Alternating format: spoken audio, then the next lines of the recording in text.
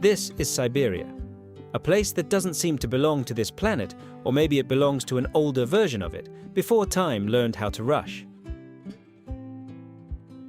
It stretches across nearly 13 million square kilometers of dense taiga, endless plains, rivers that would take weeks to cross, and mountains that never learned the name of any human language. It is the largest continuous expanse of wilderness still left on Earth, a territory so vast that if it were a country, it would be the biggest in the world. Here, cold isn't just temperature, it's a presence, an entity.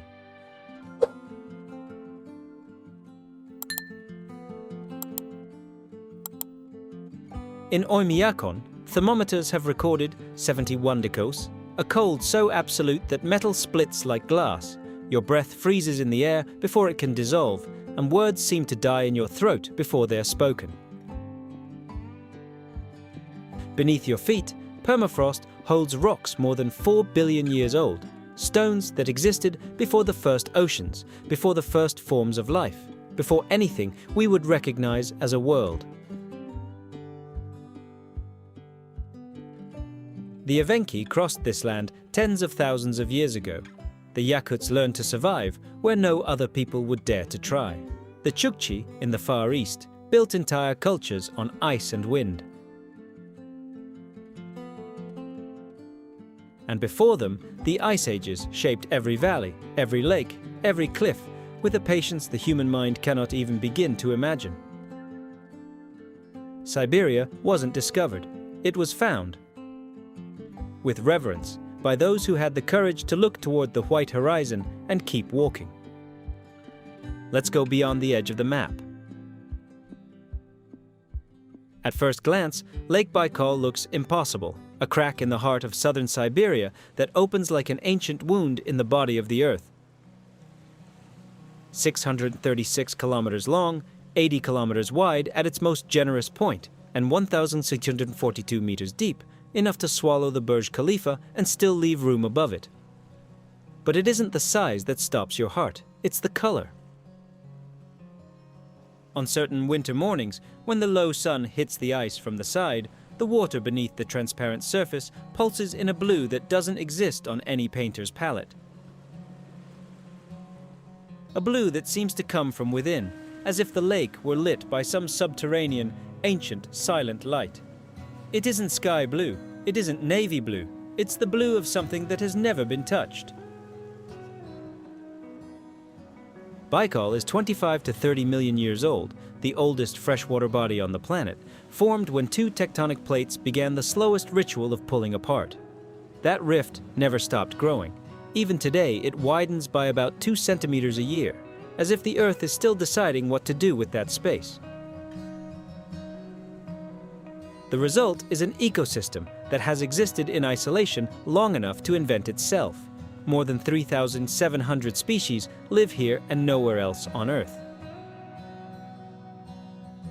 The Baikal Nerpa, the world's only freshwater seal, floating motionless beneath the ice, eyes open to a light that barely reaches. In winter, the lake freezes into a sheet of ice up to 2 meters thick, and then silence becomes physical. You can hear it groan, a deep, slow sound, like the planet breathing in its sleep.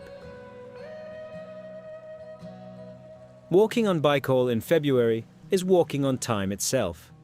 Every step echoes.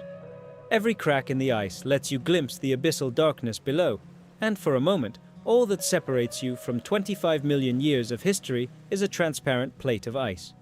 In summer, the transformation is just as brutally beautiful. The taiga descends to the shore in deep emerald green. Starlings and ospreys circle above the mirror surface. The setting sun paints everything orange and violet, and the lake's reflection doubles the sky until you can no longer tell where the water ends and space begins. The Buryats live here, a people of Mongolic origin who revere Baikal as a sacred entity, the Father Sea. For them, the lake isn't just water, it's a living being, a presence that breathes and demands respect. There are sacred places along the shores where speaking out loud is forbidden, where only the wind is allowed to talk. Here you feel that time doesn't pass, it accumulates. Each layer of ice, each sediment at the bottom, each growth ring in the trunks by the water's edge is an archive. Baikal isn't just a lake, it is the Earth's liquid memory. Then, almost without warning, the horizon transforms. In the southwest of Siberia, where Russia meets Mongolia, Kazakhstan and China at a junction of borders that looks imposed by geopolitics and ignored by geography, the land rises. Slowly, then urgently, then violently. The Altai Mountains emerge from the steppe like a sentence that began softly and ended in a scream. Peaks that climb past 4,000 meters, crowned with glaciers that shine blue-silver in the sun. Deep valleys where rivers of mist roll like stranded oceans. At first glance, Altai looks painted. The mountains change color as the day advances, blinding white at dawn, golden in the middle hours, blood red at dusk, when the low sun turns rocky faces into embers. In autumn, and autumn in Altai is one of the most viscerally beautiful experiences on this planet, the vegetation responds to the cold with improbable generosity.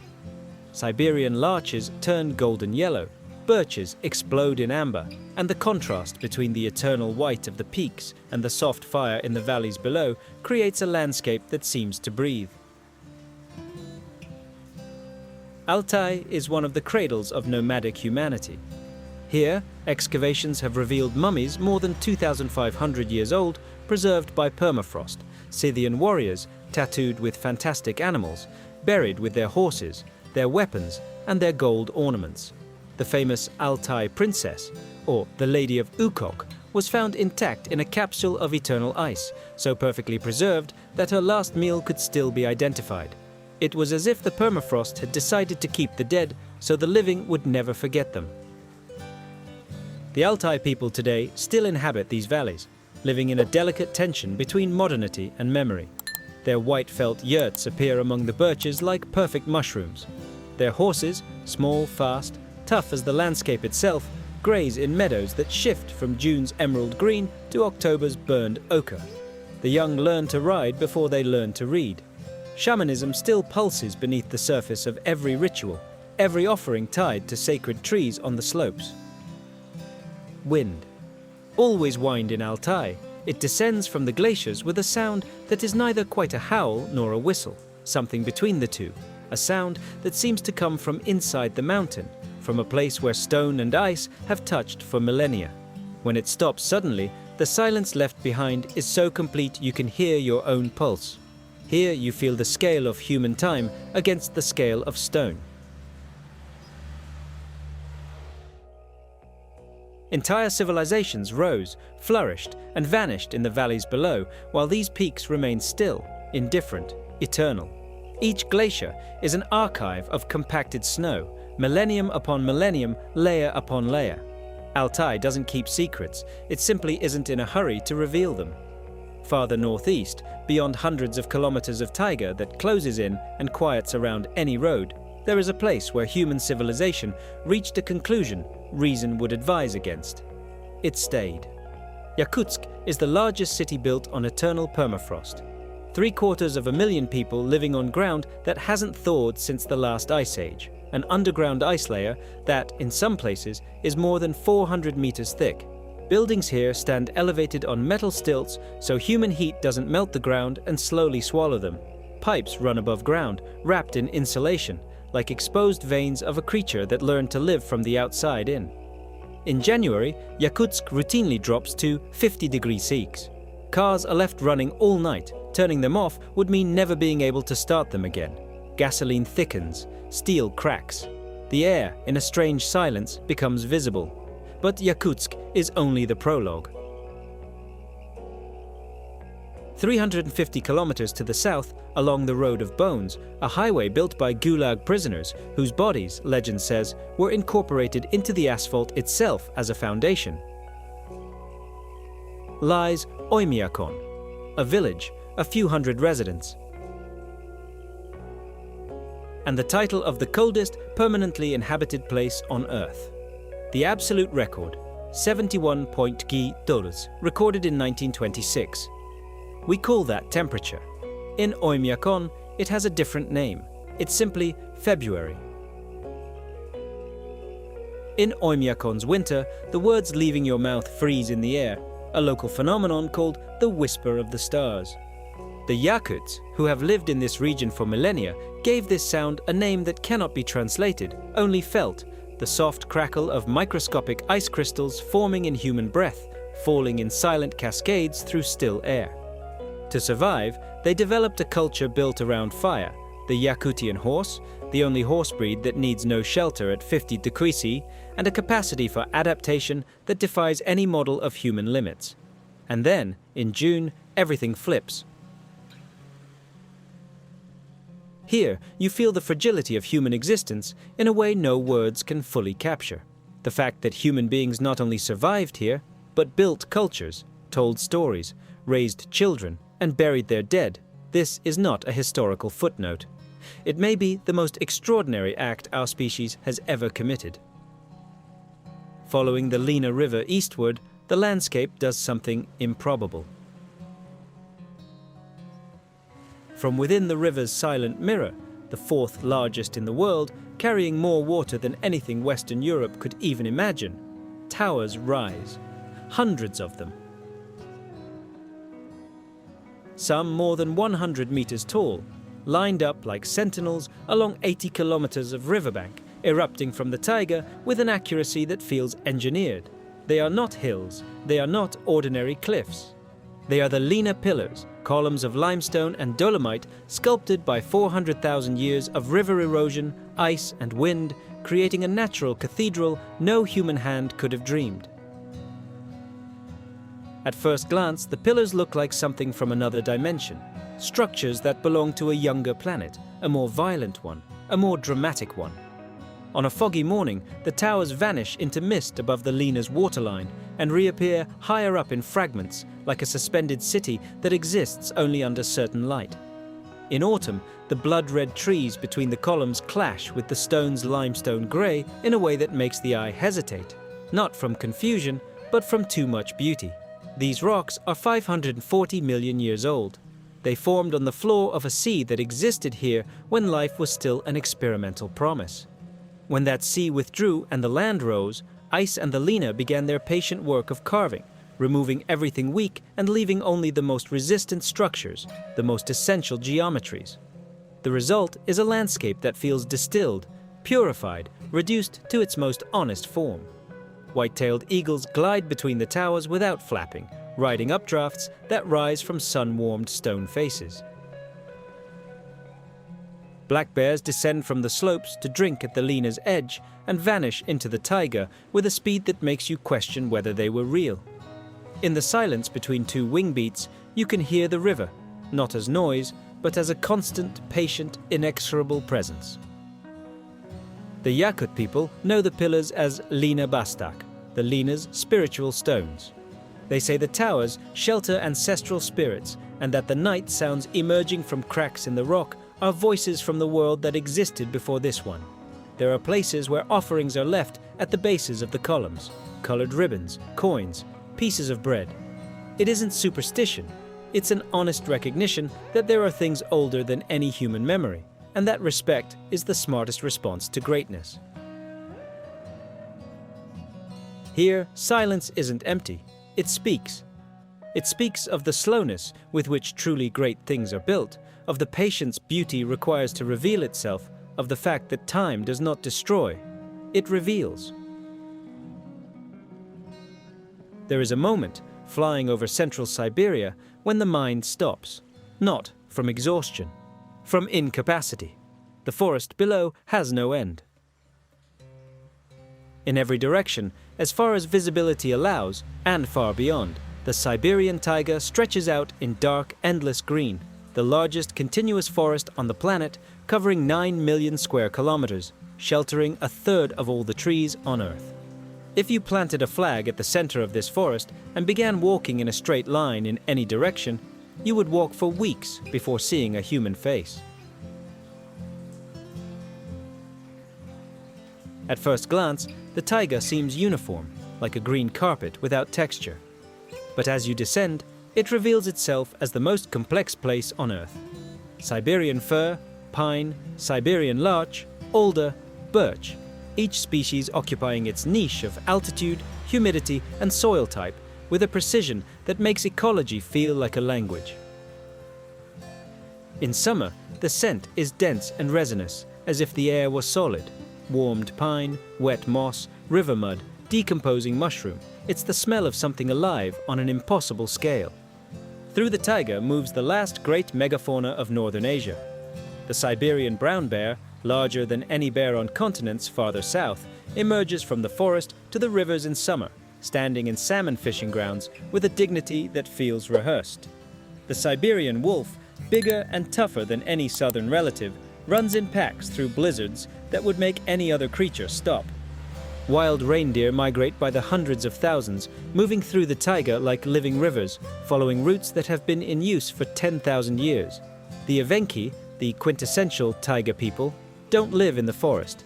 They live with it, in a relationship of reciprocity unlike anything in any other human culture I know.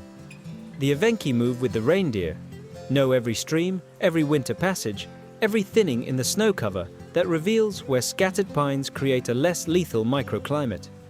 For an Evenki, the taiga isn't a hostile environment. It's a home whose floor plan simply has to be memorized. In winter, the Siberian taiga falls into a silence with physical weight. Snow smothers every sound. Trees stop growing. Insects disappear. Migratory birds left months ago. What remains is a stillness that is not the absence of sound. It is the presence of something before sound, more fundamental, more true. Stand motionless in that silence long enough, and you understand that the noise we usually call the world is only a thin layer of surface static over something much deeper. This forest processes more carbon than any other terrestrial ecosystem on Earth. We breathe in part thanks to these trees that have never seen a city. The permafrost beneath them stores methane deposits accumulated for tens of thousands of years. The planet's climate destiny is, in a significant way, held in these roots and this underground ice. The taiga is not only beautiful, it is vital, and it is fragile in ways we still don't fully understand. About 5,000 kilometers to the east, where Siberia ends and the Pacific begins, the Earth reminds you who's in charge. The Kamchatka Peninsula is a place where the planet isn't done building itself. 160 volcanoes dot its backbone of basalt and obsidian, 29 of them active right now, not in theory, not as a geological classification, but active in the literal sense. Smoking, boiling, blasting columns of ash that rise to 10,000 meters and stain the skies a dirty ochre before dissolving into the Pacific wind. Kluchevskaya Sopka, the tallest volcano in Asian Russia, rises to 4,050 meters and burns with a regularity that makes it one of the most active structures on Earth. At first glance, Kamchatka looks like a different planet, and in a way, it is. Here, the Earth's crust is only a few kilometers thick above molten mantle. Geysers burst from the ground in columns of boiling water that freeze in the cold air and fall like diamond rain. Hot springs in impossible colors, sulfur orange, turquoise blue, rust red, spread carpets of color across snowy slopes. The Valley of Geysers, discovered only in 1941 and practically inaccessible for decades during the Cold War, is one of the most surreal places on Earth's surface. A narrow canyon where dozens of geysers erupt in irregular sync as if the Earth were having a conversation with itself. And then there are the bears. The density of brown bears in Kamchatka is the highest on the planet. An estimated 20,000 bears inhabit the peninsula, more bears per square kilometer than anywhere else on Earth. In late summer, when salmon begin their epic migration up Kamchatka's rivers, bears descend from volcanic slopes in numbers that defy belief. They stand in waterfalls, fishing with a surgical precision that contradicts any image of brute force we associate with them.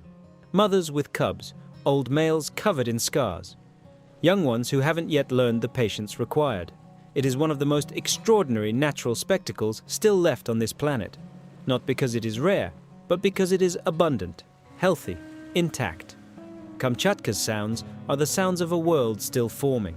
the low, continuous thunder of active volcanoes, the hiss of geysers before they explode, the slap of bears in the water, the Pacific wind arriving heavy with salt and mist, bending dwarf birch shrubs in something like reverence. And the silence, when it comes, has the quality of silence after thunder, not peaceful, but tense, waiting for the next move.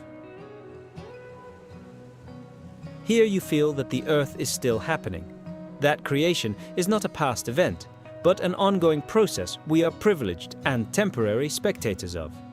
Every eruption is a reminder that the stability we call the world is a pause, not a permanent state. And then we reach the end, or the beginning. It depends which side of the map you're on. Chukotka is Russia's far northeastern edge, and therefore Eurasia's, where the continent narrows into a point that reaches toward Alaska across the Bering Strait. On clear days, and there are few clear days in Chukotka, it is possible to see the American coast from the easternmost Siberian promontory. 86 kilometers of icy water separate two continents, two countries, two political systems, two cultures, and at the same time connect what for 30,000 years was a single people. At first glance, Chukotka looks exactly like what it is, the end of the inhabited world. The tundra here is more open, more exposed than anywhere we've seen before. There is no taiga to offer shelter. The Arctic wind comes unhindered, without mercy, pressing low vegetation flat to the ground, hardening the soil, turning little ponds into mirrors of ice that reflect skies of an impossible blue. A blue that seems saturated by silence itself, intensified by the absence of everything that normally softens color. The Bering Strait is where human history takes one of its most dramatic turns. Between 30,000 and 13,000 years ago, during glacial maximum periods when sea levels were 120 meters lower than today, there was land here, Beringia, a continental mass that joined Siberia to Alaska. The first humans to reach the Americas walked through here, following mammoths and reindeer eastward, not knowing they were crossing from one world into another. The Bering Strait isn't just a geographic border. It is the greatest human migration we have evidence for, the act that made our species truly global. The Chukchi, who have lived at this edge for millennia, build their identities around the sea. They are whale hunters, and whaling here is not a primitive act, but a ceremony, a sacred contract between people and ocean. A bowhead whale can feed an entire community for months. When a whale is taken, the ritual of gratitude begins before the hunt has even ended. It is one of the last marine subsistence hunting cultures still surviving in the Arctic, and one of the most complete. In the Bering Strait, sea ice forms patterns no human artist could plan.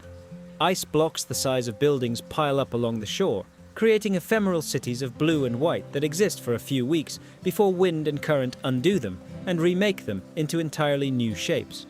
The Arctic winter light, oblique, golden, unbelievably soft, turns each ice block into a lantern. The ocean freezes and thaws, in a seasonal breath that has lasted longer than any human record.